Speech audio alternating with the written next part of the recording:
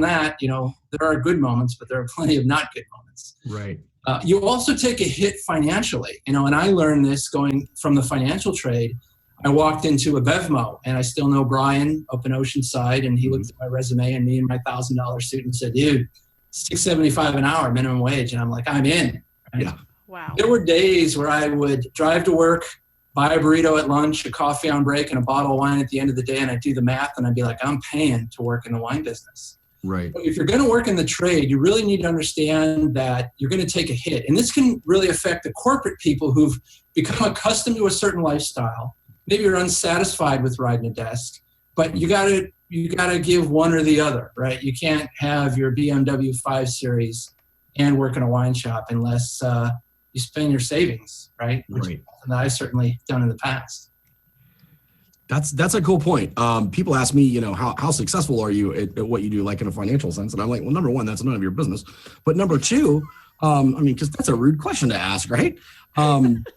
But I've found since I've decided to do this instead of, pursue what I have an education and experience in, my cost is really opportunity cost. And I've obviously spent money to do some of the things I've done, but opportunity cost. And I think that's sort of what you're saying, if I can put words in your mouth in that sense. That's the the point.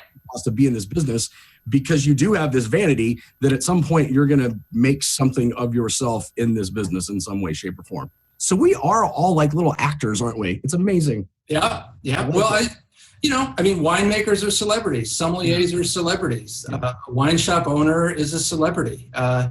And when you move into that kind of trade, there typically is a hit versus, say, being an accountant.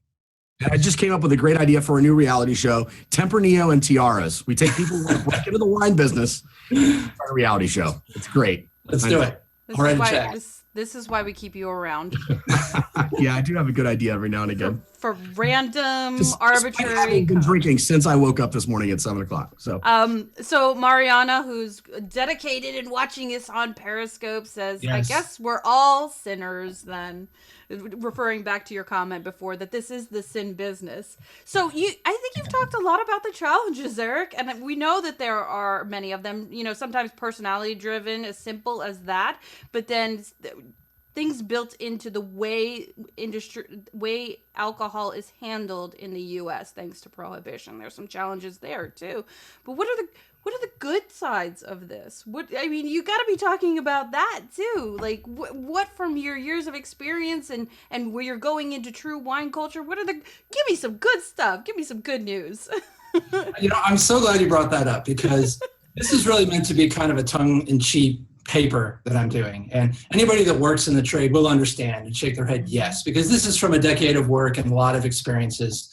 And I do, as we go through these points, want to say, all right, how do we get through these?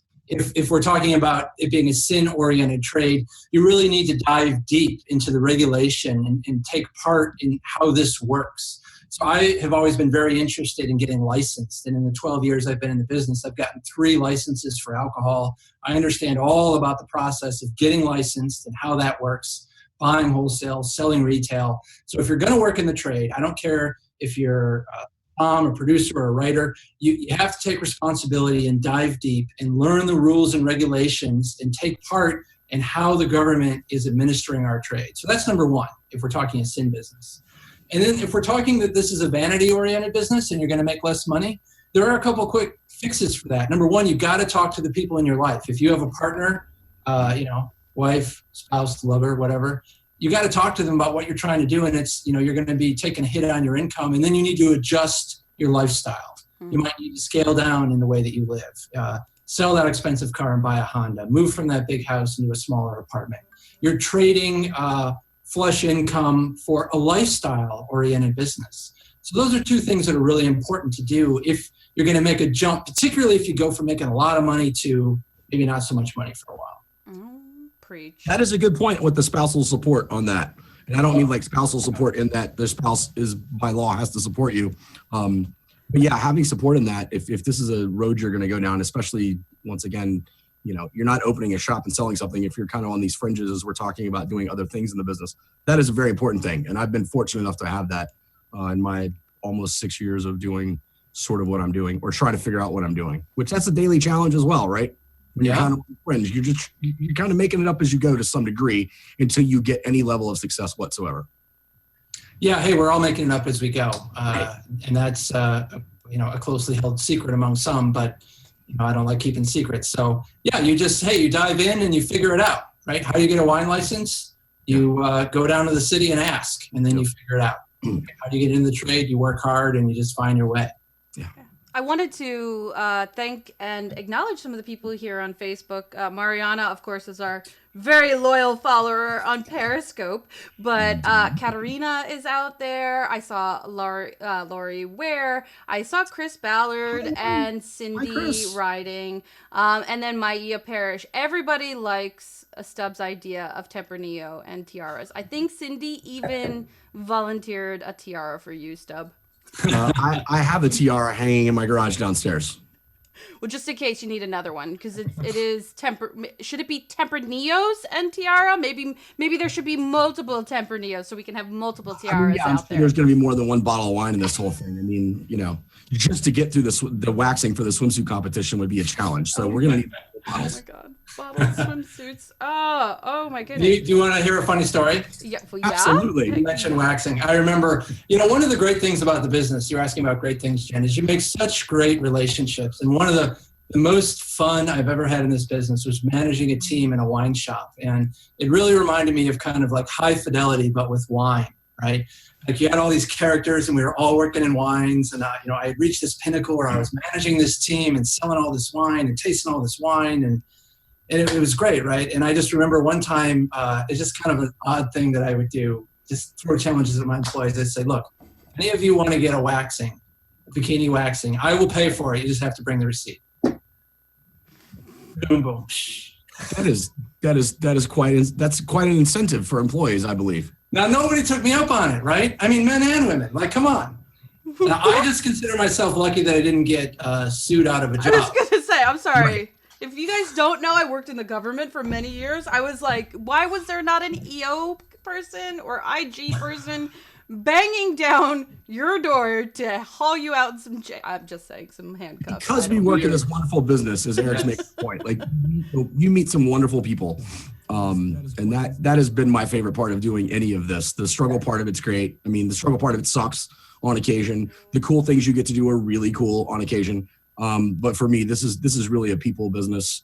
After the agriculture part, which we meant, and the world peace thing and the money. I'm doing a Steve Martin bit from Saturday Night Live. Eric got that, I think.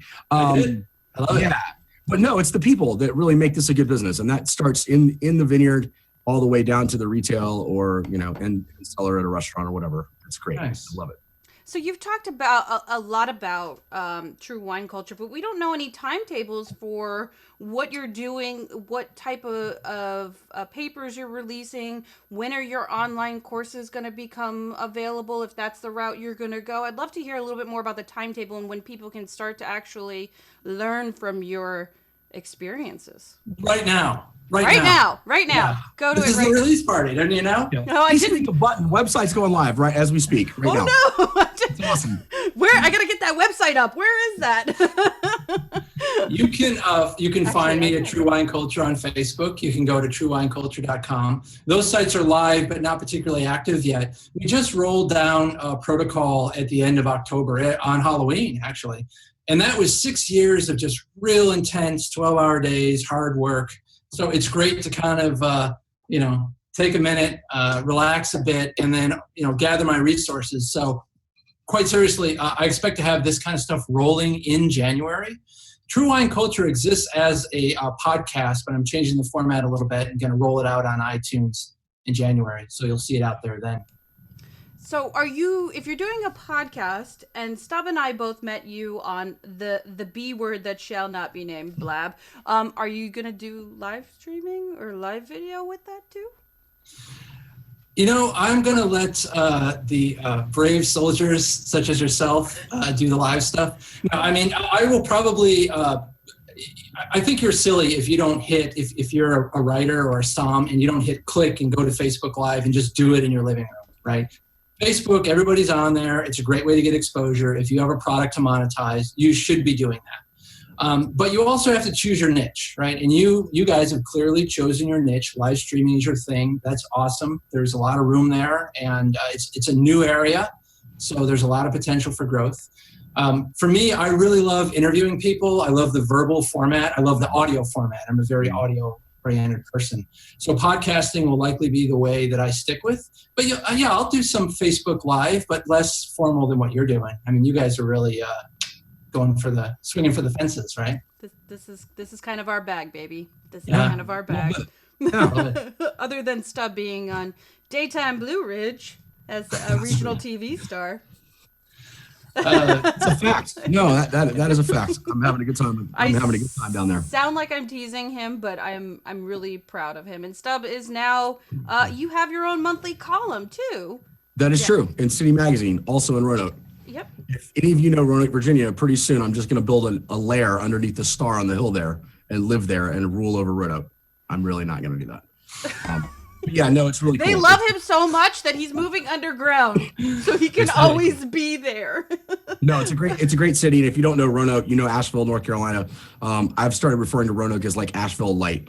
It's a cool town. Everybody thinks of this like Southern conservative, which there is definitely that, but there's the hipster stuff too, which is really cool. And they've got a great food scene, and Deschutes Brewery's moving there soon, as is Ballast Point moving East Coast there. So getting some cool stuff there. So it's a neat town with some neat stuff to do around wine. And I'm working on doing some other stuff down there with the people I've met. And once again, it's all through the people I've met, not even necessarily in the wine business, but because I'm in the wine business, which is cool. Very cool. Eric, we've kind of taken over. Sorry. I'm sorry. Did you have any other points about your paper you wanted to make, or have we covered a good bit of it there, or do you want to leave us in suspense with some of it? No, we've covered quite a bit. This is something I'll release on Facebook. So if you follow me at True Wine Culture, I mean, the thing that I would close with is that, I mean, the way I always think of this, guys, is that you don't get into the wine business gets into you, right? This is a labor of love. You really have to love this kind of work. You have to love people and working in the trade and working with wine and drinking wine.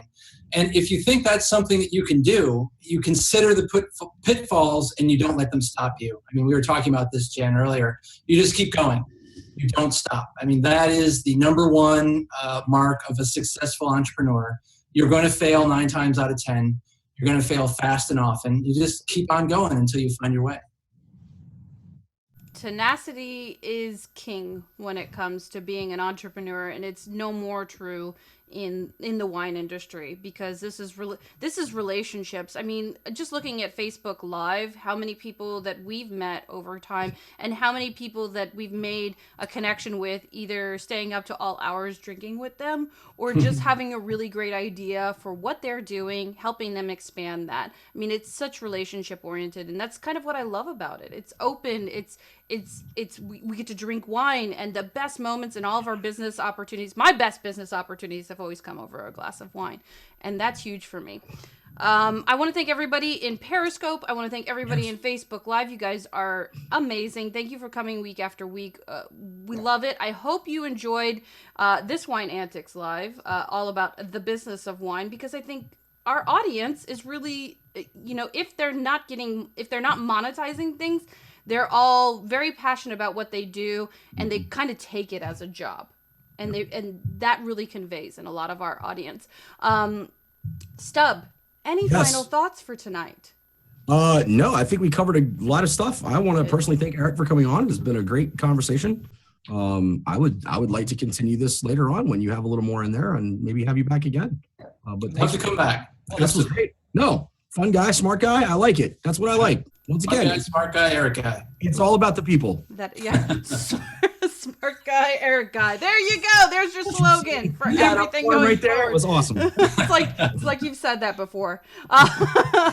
So as we close things out, I just want to remind you guys of what we have going on next week. It is our holiday party next week. That is crazy. And I want to throw it out there for you guys that I may not have hit up yet, but this is about you, honestly. Our holiday party, it's our first ever holiday party party together. Stub and I met in November at the tourism conference in Loudoun. So we've now hit our 1-year anniversary as friends and co-workers, but this is our first holiday together. So for the show next week, we're going to really take 10-second clips, photos, comments from you guys and like give back and say thank you. We want to hear what you're thankful for, what you're looking forward to in 2017. Send us a video. I'm wineantics@gmail.com. Stub is stub@corkenvy.com. You can hit us up any which way. You can send it on Facebook. Don't send it carrier pigeon because I don't deal with those things. But just let us know what you're looking forward to, and we're gonna go through them on the air. We're gonna spend a half an hour being very festive, being very happy, and sharing what you guys have going on in the new year. And we're gonna do that duet, Jen. Remember? No, yes. no, we're not, Eric. Yeah, we are. Eric, come on air and save me because I'm not duetting with. What are you gonna duet to? Well, you know. Rock. He hasn't actually thought that far ahead. I absolutely have. We're gonna do "Baby It's Cold Outside" from a Baby It's Cold Outside. Yes. That'll be really weird. Yes. We already have that video. It's okay. I already duetted with you on Facebook Live. We're okay. So from all of us to all of you guys out there, thank you so much for joining us, and see you next Thirsty Thursday. Cheers. Cheers.